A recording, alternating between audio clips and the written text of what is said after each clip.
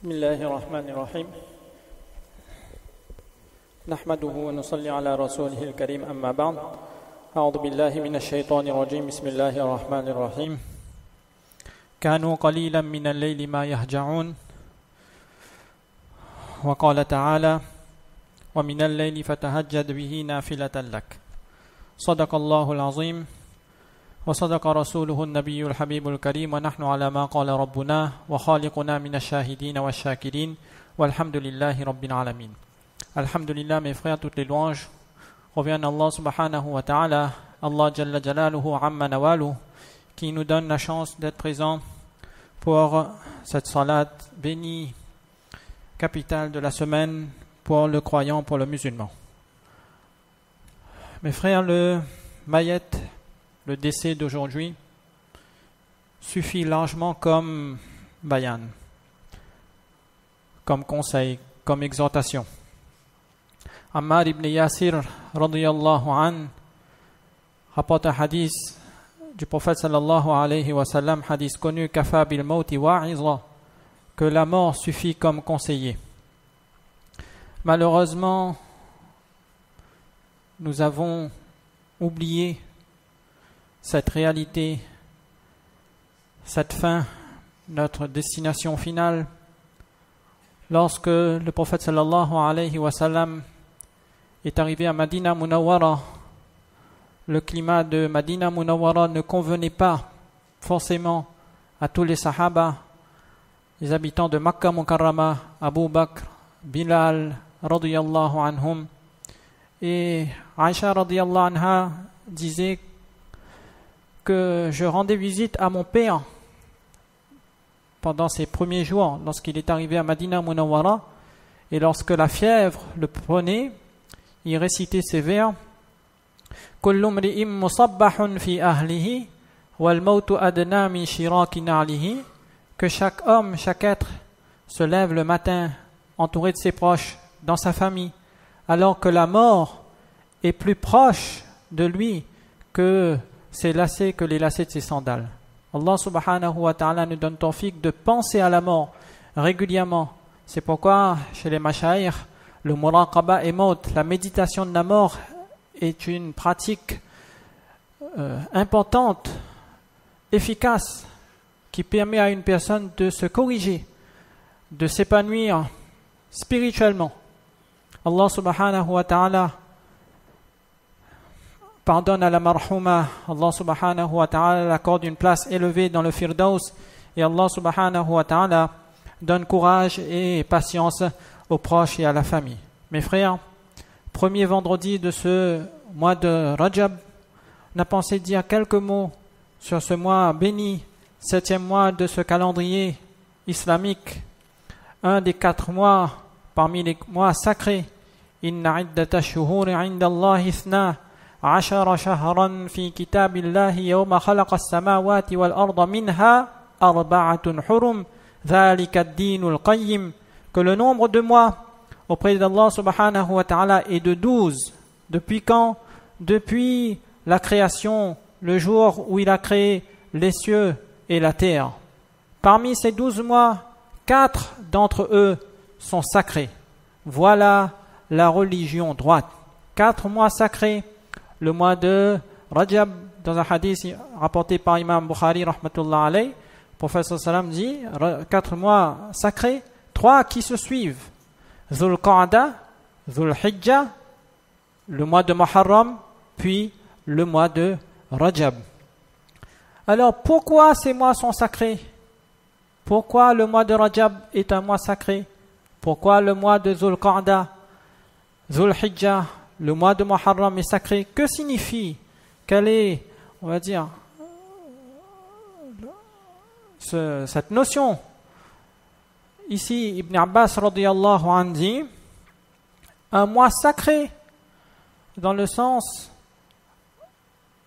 où il est recommandé, fortement recommandé, d'éviter de se préserver des péchés au cours de ces mois. Pourquoi? Parce que à l'époque de la Jahiliya, avant l'arrivée de l'islam, pendant ces mois, les gens avaient l'habitude de se préserver des péchés. Pendant les 3 mois qui se suivent, Dhul Qa'da, Dhul Hijjah, mois de Muharram. Pourquoi? Parce que les gens partaient pour le Hajj. Et les gens qui n'avaient pas le moyen, la possibilité d'aller faire le Hajj, pour ressembler à ces Hajjis, ils se préservaient des péchés. Et Rajab, pourquoi? Au milieu de l'année, 7e mois, parce que pendant quelques mois après le Hajj, tout le monde rentre chez soi, puis on est détendu. Puis à nouveau, les gens avaient fixé 1 mois au milieu de l'année pour repartir vers ce mois, vers la Kaaba, où ils venaient accomplir la Umrah, la Rajabiyya. Donc, ce verset nous rappelle l'importance de se préserver des péchés et de préserver des péchés et d'augmenter également nos bonnes actions. Un hadith qui est faible, certes, mais c'est un hadith qui n'est pas considéré comme un hadith fabriqué. Le prophète sallam disait que le mois de Rajab est le mois d'Allah subhanahu wa ta'ala. Et mon mois à moi, c'est le mois de Sha'ban et le mois de ma communauté, où ma communauté reçoit le pardon d'Allah subhanahu wa ta'ala, c'est le mois de Ramadan. Le célèbre tabi'i rahimahullah ta'ala al-Bakhi rahimahullah disait: le mois de Rajab est le mois de la semence. Le mois de Sha'ban, le mois où les gens irriguent, arrosent. Et le mois de Ramadan, c'est le mois de la récolte. Et dans un autre exemple, il dit que le mois de Rajab, ça ressemble à la brise qui souffle juste avant la pluie. Le mois de Sha'ban, les nuages, et le mois de Ramadan, la pluie qui arrose tout le monde, qui est bénéfique. C'est pourquoi le prophète sallallahu alayhi wa sallam, lorsqu'il voyait la lune de Rajab, il faisait ce doigt: Allahumma barik lana fi Rajab wa Sha'ban wa ballighna Ramadan. Allah subhanahu wa ta'ala nous donne tawfiq de lire ce doigt occasionnellement pendant tout le mois de Rajab. Et deuxième raison, parmi les raisons qui ont été données sur le caractère sacré de ce mois, c'est qu'au cours de ces mois sacrés, même à l'époque de la Jahiliya, les guerres et les batailles étaient interdites. Les gens pouvaient circuler, voyager dans toute l'Arabie avec paix et sécurité. Alors lorsqu'on rapproche ce hadith, cette explication à nous, les muhaddissines nous disent qu'au cours de ce mois, lorsque Rajab commence, Sha'ban, Ramadan, on évite les disputes, les conflits avec les autres, avec les gens qu'on fréquente, et on essaie de se tourner, de se rendre disponible pour Allah subhanahu wa ta'ala entièrement, et on adopte le hadith, on garde le hadith tafarrar li'ibadati, dans lequel le prophète sallallahu alayhi wa sallam rapporte d'Allah subhanahu wa ta'ala. Allah subhanahu wa ta'ala s'adresse à ses serviteurs et dit: tafarrar, sois disposé à faire mon adoration, je t'aiderai et j'éloignerai de toi la misère et la pauvreté. Et si tu ne le fais pas, je t'encombrerai par des occupations et tu ne trouveras plus le temps pour te soucier de moi et pour m'adorer. Donc Allah subhanahu wa ta'ala nous donne tawfiq de comprendre déjà l'importance de ce mois. Maintenant, quelles sont les actions à faire pendant ce mois? Il n'y a pas d'action particulière. Mais l'idéal serait à nous, à notre niveau, à La Réunion, juste une action peut-être sur laquelle on aimerait insister, c'est de profiter du climat qu'on a à La Réunion pour, on va dire, prendre les bonnes habitudes ou les habitudes que nous avons négligées au cours de l'année et essayer de se réveiller un peu plus tôt le matin et prendre cette bonne habitude de faire la salat de tahajjud. Dans un hadith, plusieurs hadiths, le prophète sallallahu alayhi wa sallam, lorsqu'il est arrivé à Madina Munawwara, toujours Abdullah ibn Salam radiyallahu anhu, qui n'était pas musulman, rabbin juif de Madina Munawwara, dit que lorsque la nouvelle s'est répandue dans Madina Munawwara, que le prophète sallallahu alayhi wa sallam est arrivé, les gens sont venus de tous les coins de Madina pour observer le prophète sallallahu alayhi wa sallam. Je suis allé le voir Et la première chose que j'ai entendue du prophète sallallahu alayhi wa sallam, cette parole afshu salam. Le prophète sallallahu alayhi wa sallam disait afshu salam, répandez le salam, wa at'imu ta'am, et donnez à manger aux autres, wasilul arham, entretenez les liens de parenté, et dernier point, wasallu bil layl, et priez la nuit. Lorsque les gens dorment, vous entrerez avec beaucoup de salamati, facilité au paradis.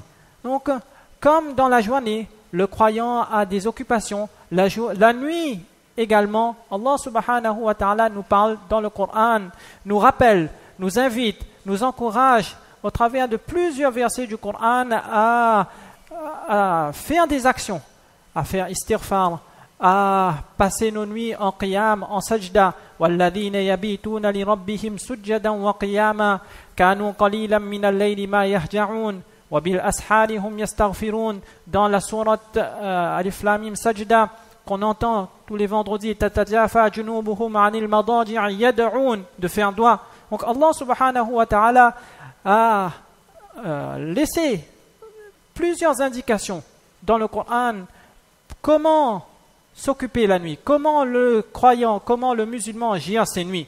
D'ailleurs, c'est une des raisons, lorsqu'il est arrivé à Madina Munawwara, toujours Abdullah ibn Salam radiyallahu anhu, qui n'était pas musulman, rabbin juif de Madina Munawwara, dit que lorsque la nouvelle s'est répandue dans Madina Munawwara, que le prophète sallallahu alayhi wa sallam est arrivé, les gens sont venus de tous les coins de Madina pour observer le prophète sallallahu alayhi wa sallam. Je suis allé le voir, et la première chose que j'ai entendue du prophète sallallahu alayhi wa sallam, cette parole afshu salam.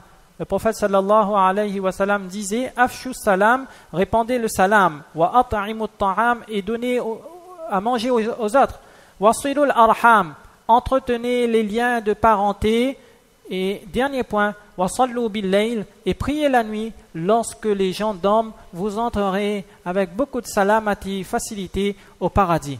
Donc, comme dans la journée, le croyant a des occupations, la nuit également, Allah subhanahu wa ta'ala nous parle dans le Coran, nous rappelle, nous invite, nous encourage au travers de plusieurs versets du Coran à faire des actions, à faire istighfar, à passer nos nuits en qiyam, en sajda. وَالَّذِينَ يَبِيتُونَ لِرَبِّهِمْ سُجَّدًا وَقِيَامًا كَانُوا قَلِيلًا مِنَ اللَّيْلِ مَا يَهْجَعُونَ وَبِالْأَسْحَارِ هُمْ يَسْتَغْفِرُونَ. Dans la sourate Alif Lam Mim Sajda, qu'on entend tous les vendredis, تَتَجَافَى جُنُوبُهُمْ عَنِ الْمَضَاجِعِ يَدْعُونَ, de faire doigt. Donc Allah subhanahu wa ta'ala a laissé plusieurs indications dans le Coran comment s'occuper la nuit, comment le croyant, comment le musulman gère ses nuits. D'ailleurs, c'est une des raisons, lorsqu'il est arrivé à Madina Munawwara, toujours Abdullah ibn Salam radiyallahu anhu, qui n'était pas musulman, rabbin juif de Madina Munawwara, dit que lorsque la nouvelle s'est répandue dans Madina Munawwara, que le prophète sallallahu alayhi wa sallam est arrivé, les gens sont venus de tous les coins de Madina pour observer le prophète sallallahu alayhi wa sallam. Je suis allé le voir, et la première chose que j'ai entendue du prophète sallallahu alayhi wa sallam, cette parole afshu salam. Le prophète sallallahu alayhi wa sallam disait afshu salam, répandez le salam, wa at'imu ta'am, et donnez à manger aux autres, wasilul arham, entretenez les liens de parenté, et dernier point, wasallu bil layl, et priez la nuit. Lorsque les gens dorment, vous entrerez avec beaucoup de salamati, facilité au paradis. Donc, comme dans la journée, le croyant a des occupations, la nuit également, Allah subhanahu wa ta'ala nous parle dans le Coran, nous rappelle, nous invite, nous encourage au travers de plusieurs versets du Coran à faire des actions, à faire istighfar, à passer nos nuits en qiyam, en sajda. وَالَّذِينَ يَبِيتُونَ لِرَبِّهِمْ سُجَّدًا وَقِيَامًا كَانُوا قَلِيلًا مِنَ اللَّيْلِ مَا يَهْجَعُونَ وَبِالْأَسْحَارِ هُمْ يَسْتَغْفِرُونَ. Dans la sourate Alif Lam Mim Sajda, qu'on entend tous les vendredis, تَتَجَافَى جُنُوبُهُمْ عَنِ الْمَضَاجِعِ يَدْعُونَ, de faire doigt. Donc Allah subhanahu wa ta'ala a laissé plusieurs indications dans le Coran comment s'occuper la nuit, comment le croyant, comment le musulman gère ses nuits. D'ailleurs, c'est une des raisons, lorsqu'il est arrivé à Madina Munawwara, toujours Abdullah ibn Salam radiyallahu anhu, qui n'était pas musulman, rabbin juif de Madina Munawwara, dit que lorsque la nouvelle s'est répandue dans Madina Munawwara, que le prophète sallallahu alayhi wa sallam est arrivé, les gens sont venus de tous les coins de Madina pour observer le prophète sallallahu alayhi wa sallam. Je suis allé le voir et la première chose que j'ai entendue du prophète sallallahu alayhi wa sallam, cette parole afshu salam. Le prophète sallallahu alayhi wa sallam disait afshu salam, répandez le salam, wa at'imu ta'am, et donnez